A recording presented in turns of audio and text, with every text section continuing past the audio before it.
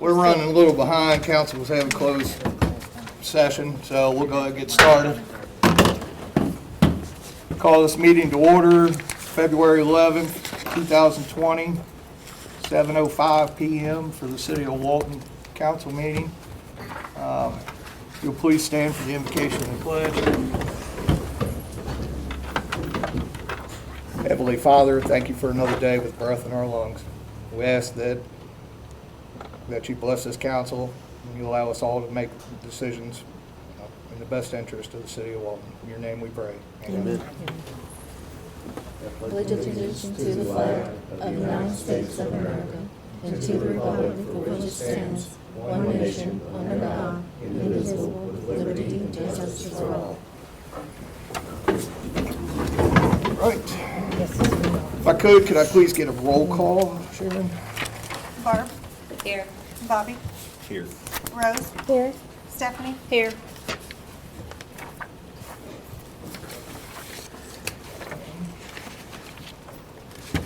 And some quick announcements. February 17th, the office will be closed for President's Day. February 19th at 6 p.m., Boone County Parks and Recreation will have a Walton Master Plan 2030 meeting here at the Walton Senior Center.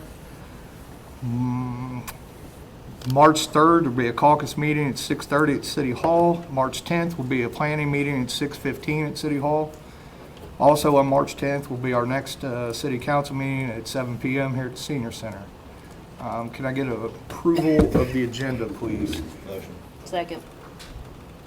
Barb? Yes. Bobby? Yes. Rose? Yes. Stephanie? Yes. All right, and can I get an approval of the previous minutes for January 7th caucus meeting, January 14th planning meeting, and January 14th council meeting? Motion. Second. Barb? Yes. Bobby? Yes.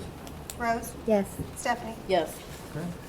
For Mayor, I'd like to make a motion to call a special council meeting this Thursday at 7:30 p.m.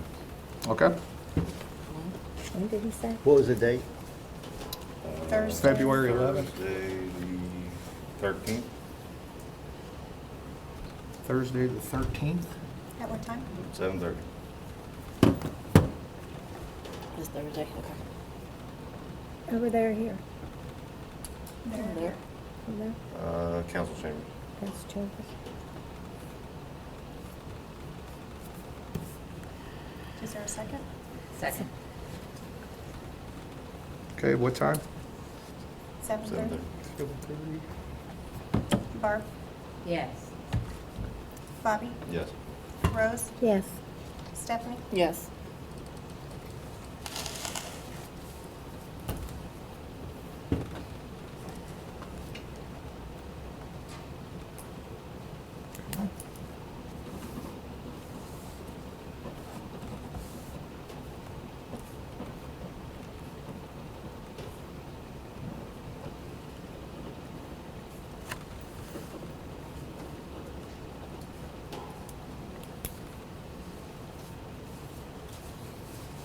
Okay. All right. Any citizens' comments? All right. Moving on to Sheriff's Department, Major Bill Mark.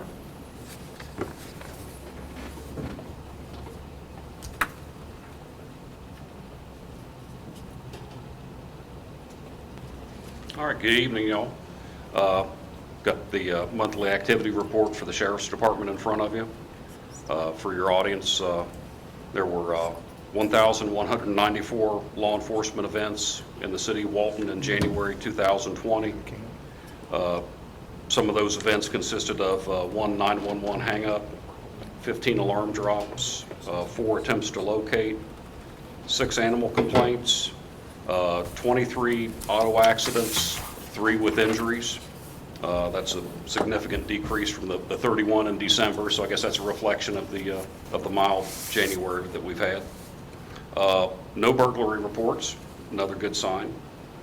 We did 31 business checks, attempted or served 99 criminal or civil services, 1 criminal mischief report, responded to 11 domestics, 11 reports of drug complaints or drunk individuals, 5 emotional crises, 2 juvenile trouble calls, assisted 16 stranded motorists.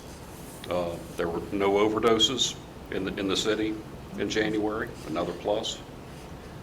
8 requests for information, 563 spot checks, 18 suspicious activity reports, 6 theft reports, 25 traffic complaints. Deputies conducted 120 traffic stops, did 46 vacation checks on residences. We had 26 vehicle complaints, unlocked 14 cars, had 7 wanted person calls, and all told, we issued 48 citations and arrested 11 individuals. I just wanted to add that the vacation checks is a new category that I added this month. In addition to the auto walkouts, that's something that our agency does that a lot of other agencies don't do. Any citizen in the county can call dispatch, say, hey, you know, I'm going to be on vacation from this date to this date, have a deputy check on the house for me, and the deputy physically goes to the house, gets out, walks around, checks the residence, make sure all the doors are locked and the place is secure. Is there any questions you all have for me? I'm just glad there's not a line on here for calls about Bobby writing tickets. Just one. Just one? They did call and talk to a third shift deputy. All right. Thank you. Thank you. Appreciate it, Major Mark. With the Fire Department, Chief Vest.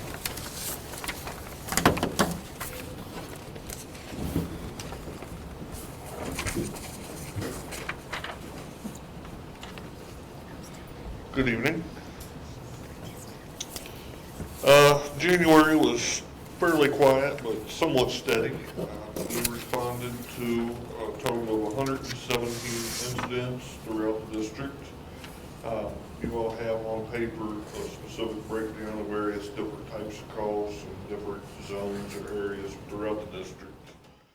But in summary, within the city limits, out of those 117 incidents, 50 of them were within Walton city limits. An additional 37 was in the Richwood area.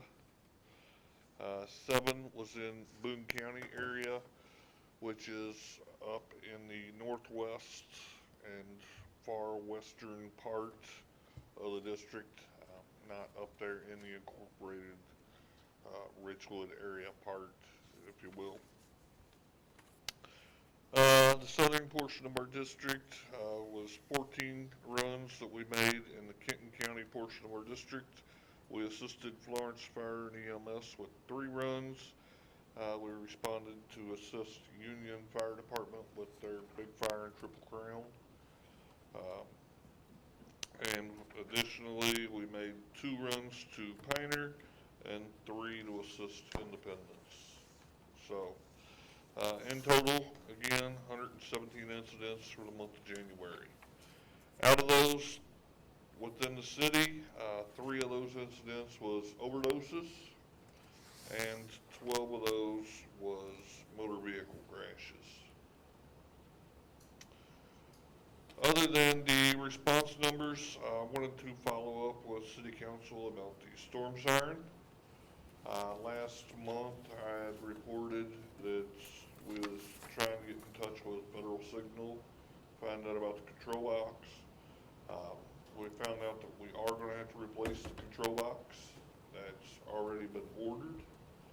And I don't know how many people are aware, but the fire department has a community program that we put on, teaching people within businesses and even individuals first aid and CPR.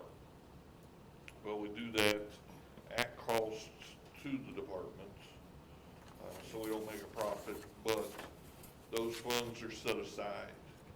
And the funds from teaching those classes this year is what's going to pay for that siren control box. So we're going to utilize that particular money to get that done. I anticipate that the storm siren will be up and functioning normally before the spring storm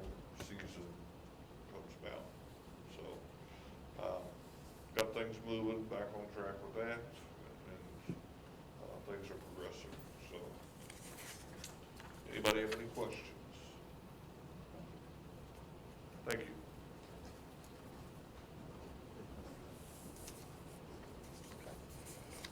Thank you, Chief Vest. All right, Cardinal Engineering, Mr. Matt Bogan. Evening, everybody.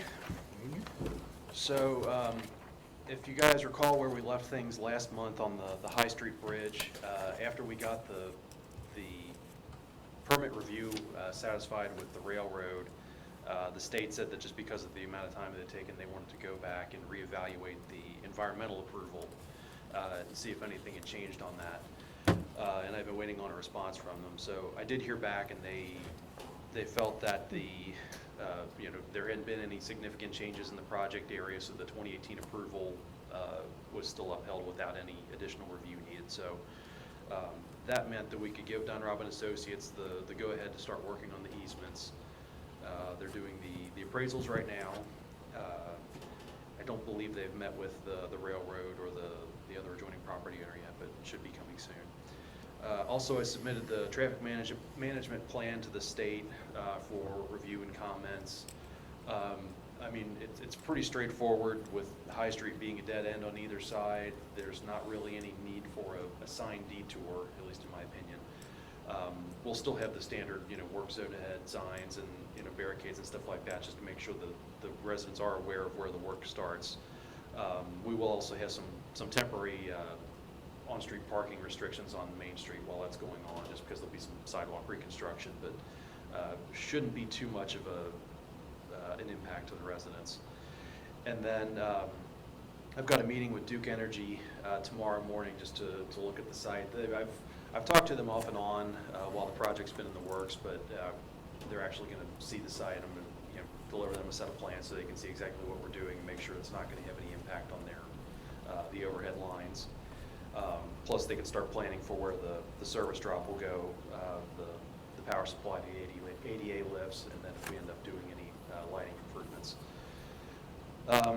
For road projects for the year, I've been talking to Mayor Brown and Public Works to identify potential streets for resurfacing projects and put together some preliminary estimates. So the ones we've discussed so far are Elmwood Drive, that's $15,056. Richland Court is $20,670. Two streets on Cawthon Run are $24,837. And that's actually one that we had gotten, that Roger had gotten a quote from a contractor back in the last fall for. Chambers Avenue is $17,600 and Welsh Avenue is $36,630. So any other streets that you guys know of that might need attention that we haven't looked at yet, please let me know. We're still prioritizing and seeing what needs it and what would be the best use of our money.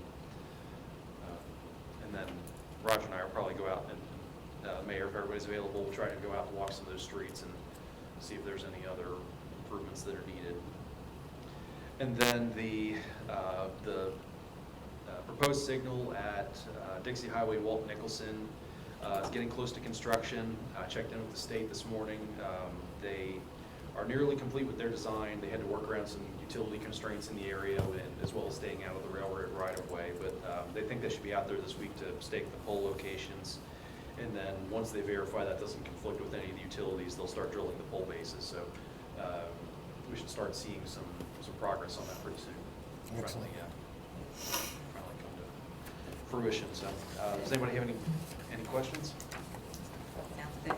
Thank you. Oh, actually, I did have one question for council you guys might be aware of. I know in the agenda there was the item about the renaming of the streets, Mary Groves Highway and Daniel Boone Trace. Do you guys know what portion of that new road has been transferred to the city yet? And what still belongs to the developer? As of right now, I don't know. I think it only goes down to Jones Road. Okay, It's that been- was as far as I thought. The reason I asked, the state got in touch with me. Their bridge inspector was wondering about the two box culverts that were part of that project, and I think within 30 days of that being transferred to city ownership and maintenance, the state's supposed to add that to their bridge database for routine inspection, so. As far as I know, that's all that they've turned Okay. over, because Roger and I discussed with them, you know, that they had talked like as soon as they got it in all the way into the development, you know, they were going to turn all of it over, and we kind of held back on that with the thinking that they're just wanting us to come in there and plow for them. Right. So, you know, as far as I know, it pretty much only goes down to Jones Road as far as what's been Okay. done. That was. Maybe right there in front of Jones Road and around, but not into the development. The offset intersection. Yeah. Okay, that was what I told them, was as far as I thought, but yeah, I just want to double check. Okay. Well, yeah, then I've gotten them the plans, and they've been in discussion with the manufacturer for the culverts, the box culverts, to get a load rating done. That was one thing that wasn't done when the project was designed at the state meeting, so I think we got it really done. Matt, real quick, when a developer builds a road like that, how long are they responsible if something's hasn't been done right? Like, even though they've turned it over. And the only reason I ask is I haven't been able to see it one way or another, but something's going on where the drainage is running across, going towards the American Legion, and it's pushing water onto them. Yeah, I discussed with that gentleman last month. I went out and looked at it, and of course it was dry at the time. I couldn't tell where it would be overshooting the intersection and going through, since there's a curve, there's catch basins, unless it's just that the embankment is, you know, steeper than it was before, and the grass isn't getting properly established, and it's washing that out. And there was a little bit of erosion on the slope, but yeah, I need to get back out there when it's actively raining. Do you have CA Walker's contact info? I do not. No, I'll get with you on that. Yeah, I mean, getting back to your question though, I think typically once the road is formally accepted by the city, then, you know, we take over responsibility of it. But since the development is still going on, and, you know, there might be conditions upstream of that would be, you know, additional runoff, additional mud, sediment, whatever. I think that's something that we can at least bring up with them. Because I did notice when I was out there, the low point directly uphill from there did seem to have a lot of just dirt and gravel and debris that was accumulating. They've been in contact with the American Legion over it. CA's talked with them a few times. But I'm not sure exactly what they're proposing to do. They have said that they'll look into trying to fix it, but it, you know, figured it might be good for you two to link up together. Yeah, meet out there. Okay, thanks. Matt, if you weren't invited, not necessarily you have to be there, me and Matt Brown are going to meet with one of the splash park people to get a design on Right. Monday? Monday at Yeah. 11 a.m. Okay. at Council Chambers. Okay. In the council chamber? Yeah, that's what Matt. Okay. He wanted to go out, so I don't think necessarily we have to like go out, because to them, it's not gonna matter. Yeah. They just want to know how big, and then, if you can make it, that's great. If there's anything important that you think we should discuss with them, obviously they wanna know if Okay. we're leaning more towards recirculation or public development. I mean, all that stuff's kind of still up in the air. I mean, we're just trying to get Right. a rough idea of design. Yeah, I think we've been leaning that direction, but, you know, seeing how the There's prices pros go and through. cons, I think. so. Right. Yeah, I did have Monday blocked out on my calendar for that, and you know, just wait for a time, so, yeah, thanks. Yeah, I'll double check with Matt, but I think it's only 11 a.m. Okay, yeah, sounds good. All right, thanks, guys. And, okay, moving on to business. Municipal order in the city of Walton, Kentucky, appointed and approving blank to fill the unexpired term of John Wainwright on the Walton City Council for the remainder of his full term to expire on December 31st.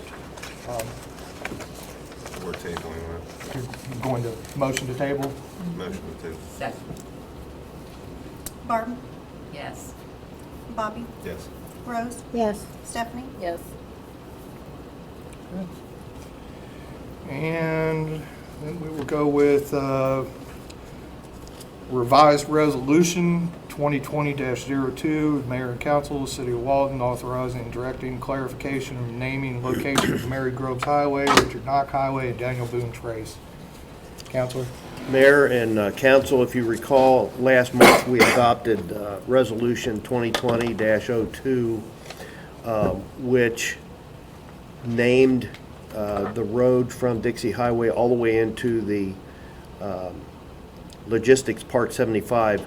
You named that entire stretch into and through the development as Mary Grubbs Highway.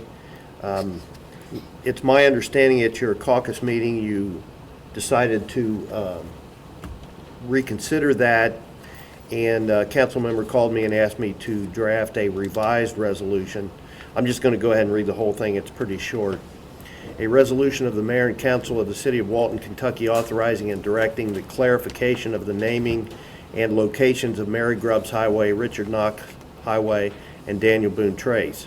Whereas the road from Dixie Highway US 27 into Logistics Park 75 contains two names, Mary Grubbs Highway and Richard Knox Highway, and whereas in order to aid the safety and convenience of the traveling public, the mayor and council of the city of Walton, Kentucky believe it would be in the public interest to clarify the names and locations of the whole stretch of road from Dixie Highway US 25 into the Logistics Park 75. And whereas Daniel Boone Trace is the name of the road connecting Mary Grubbs Highway to High Street, part of which was previously known as Mary Grubbs Highway. However, some maps still show the name as Mary Grubbs Highway. Whereas in order to further aid in the safety and convenience of the traveling public, the mayor and council of the city of Walton, Kentucky believe it would be in the best public interest to clarify that the name of that road is Daniel Boone Trace all the way from Mary Grubbs Highway to High Street. Now therefore be it resolved by the mayor and council of the city of Walton, Kentucky as follows. Section 1. The name of the road extending from Dixie Highway US 25 into and through the Logistics Park 75, part of which is now known as Mary Grubbs Highway Extension, and the rest of which becomes Richard Knox Highway, shall hereafter be known as follows. A. Mary Grubbs Highway from Dixie Highway to the intersection of Jones Road / High Street, and B. Richard Knox Highway from the intersection of Jones Road High Street to and through the Logistics Park 75. Section 2, that the name of the road extending from Mary Grubbs Highway to High Street is Daniel Boone Trace for its entire length. And then the rest of it is just basically you all taking action and leaving it up to the mayor, city clerk, and city attorney to take whatever action necessary to effectuate this resolution. So you can adopt this motion or this resolution by motion. And that's all that, just, we're leaving this one, right? The name, the current way it's named right now? Yeah, except it's clarifying that the name change is going to take place basically at that bridge where High Street and Jones Road runs off of it. Gotcha. Motion. Second. Barb, Yes. Bobby, Yes. Rose, Yes. Stephanie, Yes. Okay. Council comments? Barb? No, I'm good. Howie? Okay. Rose? No. Stephanie? Nothing. I don't have anything either. Second. Barb, Yes. Bobby, Yes. Rose, Yes. Stephanie, Yes.